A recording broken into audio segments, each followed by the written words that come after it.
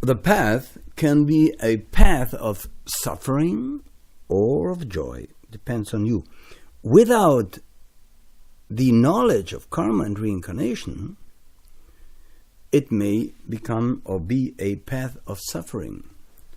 If we don't know cause and effect, then we are constantly asking ourselves, how can that be, all that suffering in the world?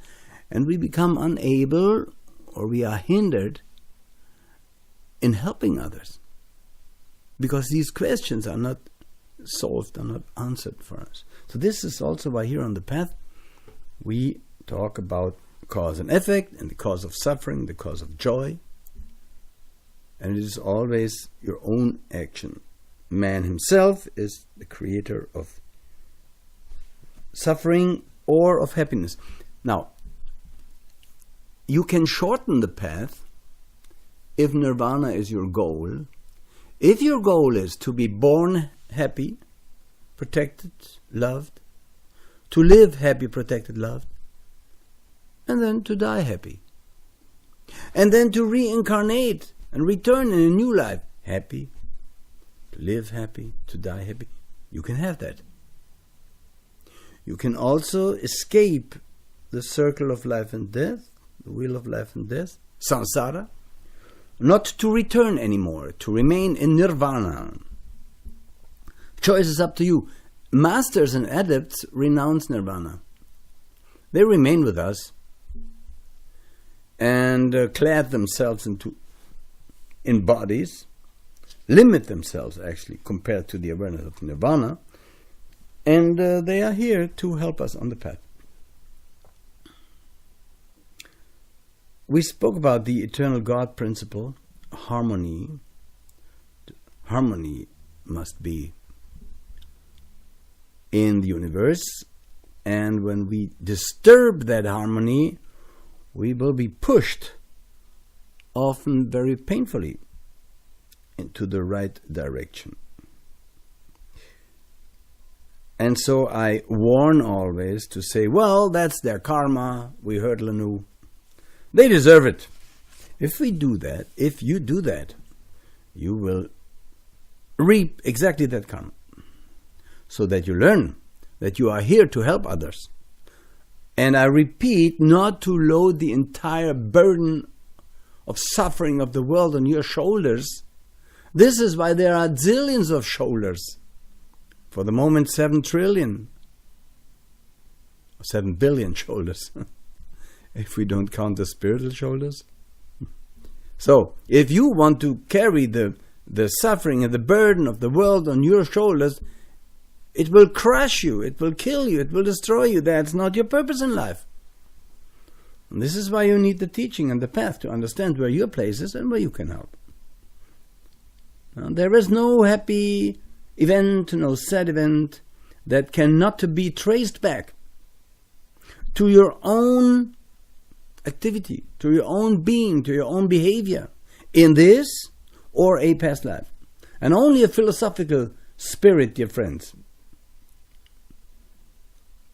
who would see no other cause of that, would have a right to say, no, karma and reincarnation doesn't work. Or I should repeat, only a philosophical spirit who sees another explanation, who thinks of or presents another explanation for the suffering in the world, would have possibility to say, no, karma and reincarnation doesn't work. I have never heard anyone who explains to me suffering. I only hear from Muslims and Christians who insult God. Can you imagine that? Insulting God? That everything is God's will. Oh, really? And that there's only one life. It's God's will that a pervert like Hitler, or also like George Bush, we can put them in the same, or other criminal rulers, live happily.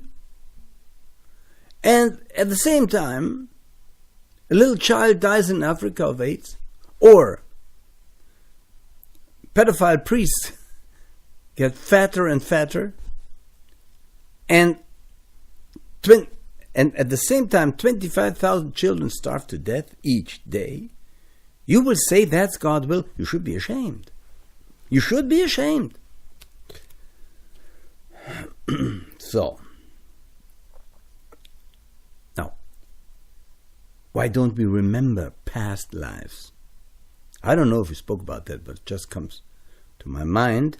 Reason is that a normal person would not be able to develop normally if he would be burdened by that immense memory, immense burden of memory by past lives, what he did. My teacher said to me, Lanu, if you would know what you did in past lives, you would die on the spot. So somebody would be tragically irritated, dear friends. He would identify himself with his former existences. He could not stand the depressing effect, the impact, which would be in his awareness by a past burdened by guilt, dear friends. Now there would also be emotional pain because he is now in a relation with loved people who were before different. Now, for instance, siblings or father and daughter, mother and son, friends of same gender, may have been in past lives lovers or married people. See?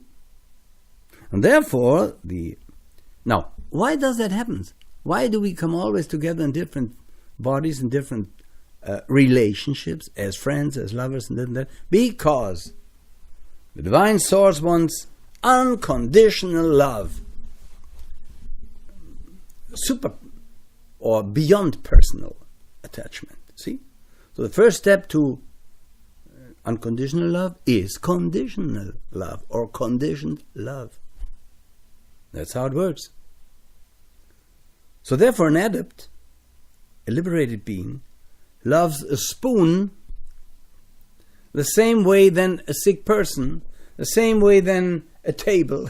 He loves everything because he knows and is aware of that everything is God in manifestation. Do you understand that?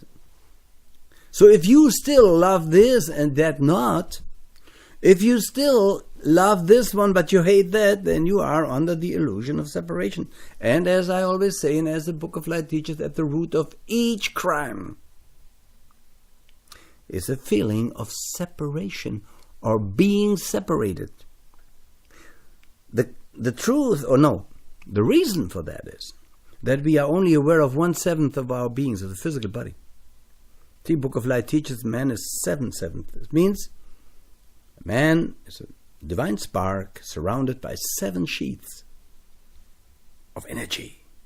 Physical, etheric, emotional, astral, spiritual, mental, and so forth. 7. And we are caught in this physical body and we identify ourselves with it and we suffer, and rightfully so. Because we have fallen from the spirit and we learn by that. Separation of sexes, we come to that.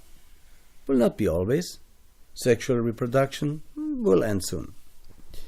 And we will return to our hermaphroditical androgen state of awareness and being. And then one with the divine source. So, but, dear friend, the ego, you see, the term ego is mostly connected with egotism, only self-centered. In the Book of Light, it is not the definition. For us, we don't mean the lower personal by ego. For us, the ego is the link between personality and the monad and the God spark. It's the reincarnating divine part, the eternal man. By man, I don't mean it's now physical man, because we derive man from the Sanskrit manas, the thinker. So by that I mean a male and a female being. See? So the eternal man has the knowledge of his entire past. You see, when you are enlightened or you become enlightened, you have more and more memory of your past life. We can take it then. It won't maybe harm you so much anymore. It won't. And suddenly you understand why you are here.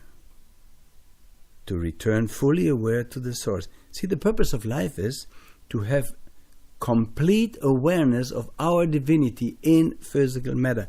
That's why we always clash together in single persons or nations or during war or in love and hate and so forth. All states of attachment. Now, could we, as an ego, as a divine being, without being disturbed by our impure personality, could we be? This is possible in meditation. Then we could reflect all knowledge. See? But if you identify yourself with your sex, you already have a problem, which leads you away from your divine self. Now, high developed beings, adepts and so forth, they see their past like an open book. It happens during intuition, for instance. And the time will come when you remember, when you are ready to take it. When you make the lower personal a servant of the higher self. Until then, you're still bound by sympathy, antipathy, yes or no, love and hate, duality, and so forth. And only by those, you can say, energies or awarenesses of duality, you can conclude to past lives. It's rather imperfect, but that's all there is. Unless you walk with us the path. You meditate each day, you let go of your lower self, which so often hindered you. And by letting go of it, by observing the arising and passing away, you remain. And you become master of your lower self. Now there are abnormal cases where you can experience somnambulic, you know what that is? So they speak in sleep, they speak strange languages, foreign languages, or that they could not know. I heard of an experience in Texas, a housewife. She spoke English. It was the only language, English. And she was hypnotized. She said, "Oh, I work on the pyramid." "Oh, really?" said the hypnotizer. "Then speak to me in Egyptian, but please in ancient Egyptian." And she spoke in archaic ancient Egyptian. The Book of Light and the Path teaches us, dear friends, to us now invisible worlds. Etheric, astral, mental, causal, until up to the world of intuition and beyond to nirvana. See, let me finish this talk here with the nirvana principle, or mentioning that it is totally different to what even some Buddhists may think what it is. They think nirvana is elimination, wiped out. Yes, nirvana means wiped out, or destroyed, or eliminated. But they don't understand what is eliminated. Only the transient form and the attachment to the transient form, to body, emotion, mind, soul, even to spirit. So when you become detached from all these arising and passing away illusions, then you are free, and that is nirvana. It's not a state of being. No, excuse me. It's not a location. Not a location. It's a state of being. No? It's the highest state of being that you can achieve. And the unfortunate Dalai Lama teaches false Buddhism. He rapes and mutilates the teaching of the Buddha by saying the Buddha taught there is no self, there is nothing. If there's nothing, why the entire discipline? Who detaches from what if there's nothing? Dear friends, can you imagine such a VIP Buddhism, such a Richard Gere Buddhism, I call it. So, now it means, nirvana means that the lower principles are erased, eliminated, wiped out. You're free from them, from those lower principles, from those impermanent illusions to which the normal person is attached, with which the normal person, or with whom the normal person identifies himself. That's the suffering. Attachment, the cause of suffering. Be detached. Where can you be detached and yet live in the world? If you meditate every day. It is taught in divine message from the true God in that book, little book. It's called Soul Breath Meditation. And by letting go what essentially you are not, you become God.